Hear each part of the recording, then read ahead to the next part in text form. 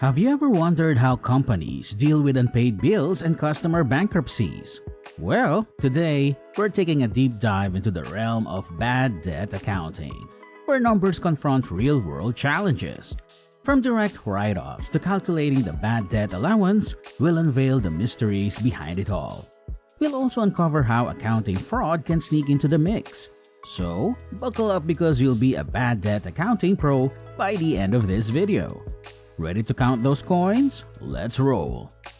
Understanding bad debt accounting involves various concepts and methods. Let's break it down step by step. In a perfect world, all customers pay their bills, and we'd only need three accounts: revenue, accounts receivable, and cash. But in reality, things get more complex. Let's start with a simple example and gradually delve into the concept of bad debt. Imagine a world where all customers always pay their bills on time. In this ideal scenario, you only need three accounts to keep track of money related to billing and collecting. One for the money you earn or revenue, one for the money customers owe you, accounts receivable, and one for the actual cash you have. In our example, a company, ABC Company, bills its customers $100 in year 1. During that same year, customers paid $90 out of the $100. So, at the end of the year, there's still $10 that customers owe ABC Company. In ABC Company's reports, they use a metric called Days Sales Outstanding or DSO, which tells us on average how long it takes for a customer to pay. In this case, DSO is calculated by taking the outstanding accounts receivable balance of $10, dividing it by the total revenue of $100, and multiplying by 360 days, giving us 36 days. Now, let's move to the second year. ABC Company earns $200 in revenue and collects $190. The accounts receivable balance starts at $10, carried over from the previous year. Then adds the revenue, $200, and subtracts the collections, $190, resulting in a new balance of $20. DSO remains stable at 36 days. In the third year, ABC Company makes $300 in revenue, but only collects $280. The accounts receivable balance begins at $20 from the previous year, adds the new revenue, $300, and subtracts the collections, $280. Resulting in a balance of $40. However, DSO increases to 48 days. This significant DSO increase raises concerns for ABC Company. They realize something's wrong because this increase is much more significant than in previous years. They discover that one of their customers, XYZ Corporation, has gone bankrupt. ABC Company won't be able to collect the $10 XYZ owed them.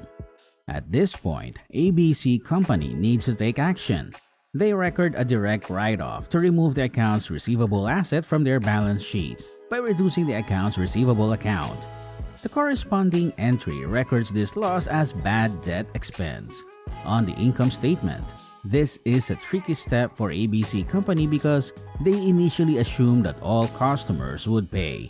But now, they've learned the hard way that this isn't always the case.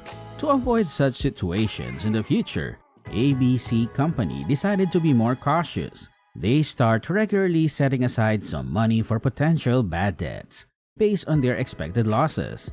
This is called an allowance for doubtful accounts. When creating this allowance, they debt the bad debt expense account and credit a balance sheet named allowance for doubtful debt.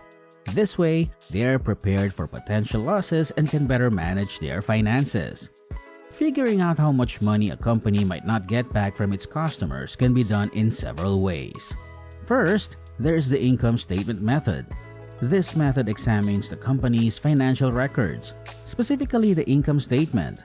Let's say the company made $400 in the fourth year.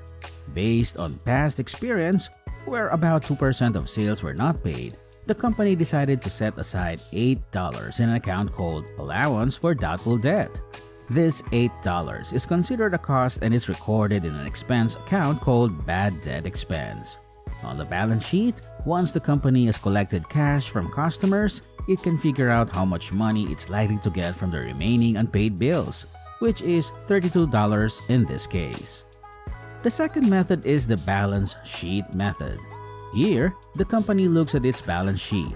At the end of the year, there's $40 in unpaid bills.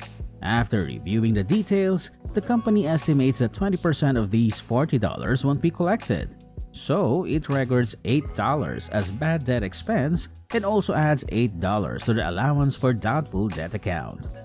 Now, how do you make these estimates? Well, there are a few ways. One way is to look at specific customers who are having trouble paying and put their names and what they owe on a list for bad debt. Another way is to use a more general approach. You might decide that a certain percentage of the money owed by customers who are a little late, 0 to 30 days overdue, won't be paid. A higher percentage for those who are somewhat late, 30 to 60 days overdue, and even more for those who are really late, more than 60 days overdue. Or you can use a mix of both methods. Whichever method you choose, it should be based on past experience and any relevant data from your industry or country. Now that we have a system to deal with money we might not get, it won't be so painful when we lose that money. Let's say a customer can't pay us anymore because they went bankrupt, and we know we won't ever get the $5 they owe us. We need to take that $5 off our records. We do this by reducing the money we expect to get from customers by $5. And we also reduce the money we set aside for doubtful debts by the same amount. Before we do this, we had $32 left from all our customers after considering the doubtful debts. After doing this, we still have $32 left. But what if a big customer goes bankrupt and our doubtful debts fund needs more to cover the full amount they owe? In that case, we take as much as we can from the doubtful debts fund and the rest, which we can't cover, becomes a loss. On the other hand, if we have set aside more money for doubtful debts than we need, we can put some of that extra money back into our income statement to reduce our losses. But we should have a good reason for doing this and keep records of why we made this decision. Here's a bonus tip. Imagine if the person in charge of ABC Company's money finds out that the reason they're waiting longer to get paid in year 3 isn't because real customers aren't paying. It's because ABC Company pretended they were paid by customers who don't exist. If that's the case, they shouldn't just write off the money they thought they would get. They might have to take back some of the money they pretended to earn, making their income look lower, and they'll also have less money they expect from customers. As we wrap up this journey through the world of bad debt accounting, it's clear that managing unpaid bills and unexpected financial challenges is a vital part of every company's financial strategy. Now, here's a question for you. Have you ever encountered a situation where you had to deal with bad debt, either personally or in business? Share your experiences or thoughts in the comments below. Remember to hit that like button if you found this video insightful. And if you want more financial wisdom, make sure to subscribe to the Kountin Koins YouTube channel.